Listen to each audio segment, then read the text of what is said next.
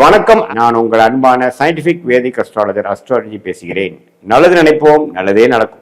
இந்த வீடியோவில் நம்ம என்ன பார்க்க போறோம்னா, மிதுன ராசிக்காரர்களுக்கு டிசம்பர் 2025 எத்தகைய ஒரு மாதமாக இருக்க போகிறது, ஆண்டின் கடைசி மாதமாகிய டிசம்பர் எத்தகைய ஒரு தாக்கத்தை கொடுத்து மிதுன ராசிக்கு இந்த ஆண்டை முடிக்க போகிறதுங்கிறது பார்க்க போறோம். சயின்டிபிக் வேதிக் அஸ்ட்ராலஜி முறையில் துல்லியமாக அறிவியல் சார்ந்த முறையில் எதையும் மிகைப்படுத்தாமல், பரிகாரங்கள் அது மாதிரி மூட நம்பிக்கையில் போகாமல் உள்ளது உள்ளவாறு பார்க்க போகிறோம். அந்த அடிப்படையில் மிதுனத்தில் பாருங்க, ராசிக்குள்ளேயே குரு இருந்தவர் ஒரு நவம்பர் மாதம் ஒரு 20 நாட்கள் பார்த்தீங்கன்னா அதிவக்கரமாக கடகத்துக்கு போனார். இப்போ டிசம்பர் முதல் வாரத்துக்கு அப்புறம் 2வது வாரத்துக்கு அப்புறம் பார்த்தீங்கன்னா செகண்ட் வீக்லேருந்து ராசிக்குள்ளேயே குரு வர்றது அருமை.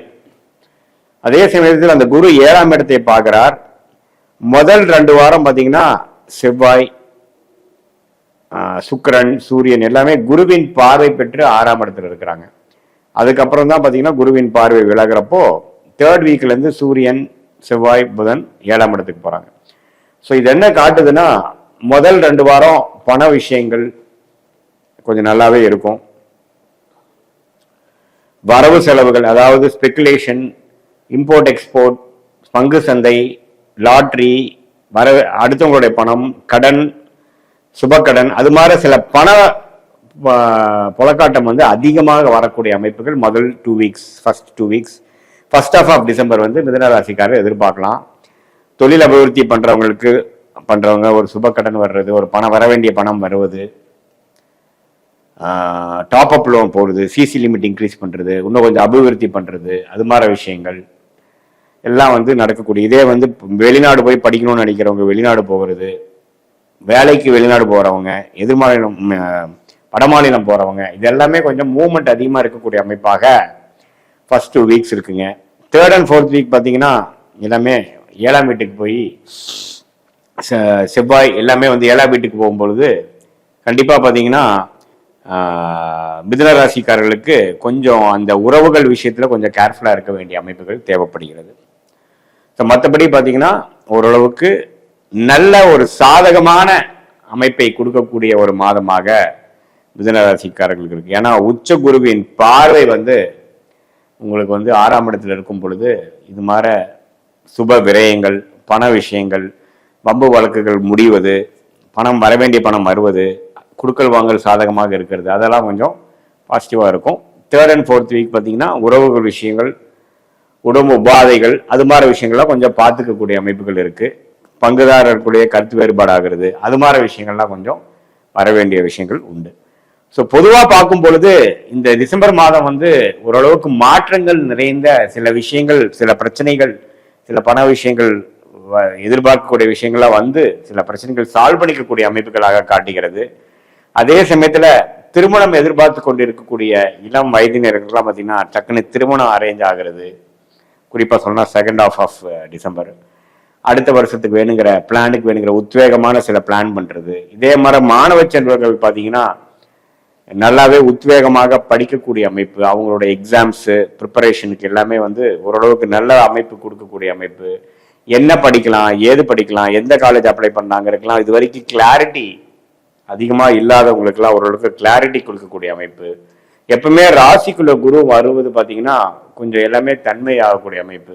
எல்லாமே நம்ம எதிர்பார்க்கிற விஷயங்கள்லாம் கொஞ்சம் சாட்டிஸ்ஃபைடா நமக்கு சாதகமாக வரக்கூடிய அமைப்புகள்லாம் உள்ள ஒரு சம்பவங்கள், உள்ள ஒரு சூழ்நிலைகள் வரக்கூடிய அமைப்புகள் உண்டு. 10ஆம் இடத்துல சனி இருந்து தொழில் வேலையில அதிக முன்னேற்றங்கள், அதிக முயற்சிகள் நீங்க போட்டுட்டு இருக்க வேண்டிய அமைப்புகள் உண்டு. ஹார்ட் ஒர்க் நிறைய பண்ணுவீங்க, அது தொடர்ந்து பண்ணிட்டு இருக்கும் பட்சத்தில் உங்களுக்கு நல்ல ஒரு ரிசல்ட்டும் வந்துட்டே தான் இருக்கும். பண வரவுல எந்த ஒரு பெரிய உங்களுக்கு குறைபாடுகள் இருக்காது. ஸோ இதுதான் பார்த்தீங்கன்னா ஒரு ஓவராலா டிசம்பர் மாத பலன்கள்.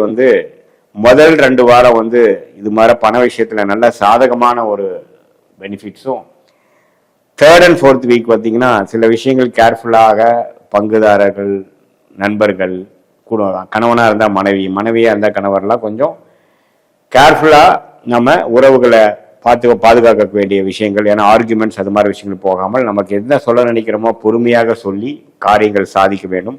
வேகத்தை காட்டிலும் விவேகம் தேவைப்படக்கூடிய அமைப்புகளாக நமக்கு வந்து டிசம்பர் மாதம் வந்து மிதுன ராசிக்காரர்களுக்கு இருக்கு. நல்ல உயர்வை குடிக்கக்கூடிய நல்ல ஒரு முன்னேற்றங்கள், குறிப்பா சொன்னா ரியல் எஸ்டேட் துறையில இருக்கிறவங்க, டெக்னிக்கல் துறையில இருக்கிறவங்க, மீடியா துறையில இருக்கிறவங்களுக்கெல்லாம் நல்ல முன்னேற்றங்கள் கொடுக்கக்கூடிய ஒரு அற்புதமான ஒரு மாதமாக டிசம்பர் மாதம் 2025 மிதுன ராசிக்காரர்களுக்கு இருக்கு. இது ஒரு பொதுவான பலனை தவிர உங்களுடைய ஜென்ம ஜாதகத்துல வந்து என்ன தசாபுக்திகள் போய் கொண்டிருக்கிறது, எந்த லக்னத்துல பிறந்தீங்க, அந்த தசநாதன் புக்திநாதன் எப்படி வந்து உங்களுக்கு லக்னத்துக்கு செயல்பட போறார், என்ன ஆதிபத்தியம் பெற்றிருக்கிறார், அந்த தசநாதன் புக்திநாதன் வந்து ஸ்தான பலம் இருக்கிறாங்களா, எந்த குருவின் பார்வை இருக்கா, எப்படி இருக்கு, அது வந்து நம்மளோட பேசின இப்ப கோச்சார பலன்ல பயிற்சி பலன்ல எப்படி இருக்கிறாங்க, எந்த மாதிரி ஒரு தாக்கத்தை கொடுக்க போறாங்கிறது இந்த கோச்சார பலனையும் தசாபுக்திகளையும் ஒரு சேர்ந்து பார்க்கும் பொழுது துல்லியமான அடுத்த வரக்கூடிய மாதங்கள் எப்படி இருக்க போகுது, அடுத்த வருடம் எப்படி இருக்க போகுது, எது மாதிரி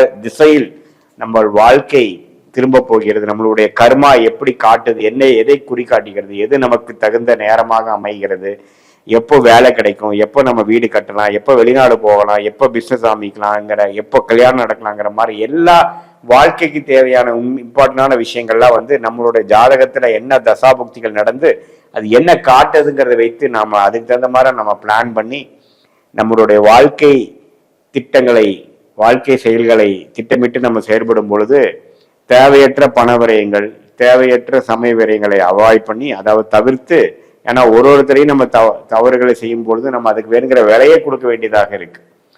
ஸோ அதெல்லாம் நம்மளுடைய இந்திய வேத ஜோதிட அடிப்படையில எப்படி நமக்கு தசாபுக்திகள் வருகிறது, கோச்சாரத்துல நம்ம கிரகங்கள் எப்படி இருக்கு, நமக்கு எந்த துறை நமக்கு நல்லது, எப்போ நம்ம மாறலாம், எப்போ நம்ம சில முதலீடுகள் செய்யலாங்கிறதெல்லாம் தகுந்த நேரங்கள் பார்த்து அதுக்கு தகுந்த மாதிரி முடிவுகளை நம்மளுடைய இண்டிவிஜுவல் ஜாதக பொறுத்து நம்ம செயல்படும் பொழுது தேவையற்ற எதிர்நீச்சல் செயல்களும் டிலேஸ் அண்ட் டினைல்ஸ் இன் லைஃப் நம்ம அவாய்ட் பண்ணி எளிதில் நம்ம என்ன நினைக்கிறோமோ, எது மாதிரி பிளான் பண்றோமோ அதுல வந்து எந்த விதத்திலும் தவறுகள் இல்லாமல் குறைந்த சேதாரங்கள், குறைந்த செலவுகள் மூலமாக தேவையற்ற செயல்கள் செய்து வீண் விரயங்கள், வீண் டைம் வேஸ்ட் எல்லாம் செய்யாமல் எந்த விஷயத்தை நாம வந்து செய்ய நினைக்கிறோமோ நம்மளுடைய பிராப்தத்துக்கு நிகராக, ஃபார் எக்ஸாம்பிள் நீங்க பாத்தீங்கன்னா ஐடி துறையில இருக்கிறவங்களா இருந்தா எந்த நேரத்துல வேலை மாறலாம், எந்த நேரத்துல ஆன்சைட் நம்ம அப்ளை பண்ணி போகலாம்,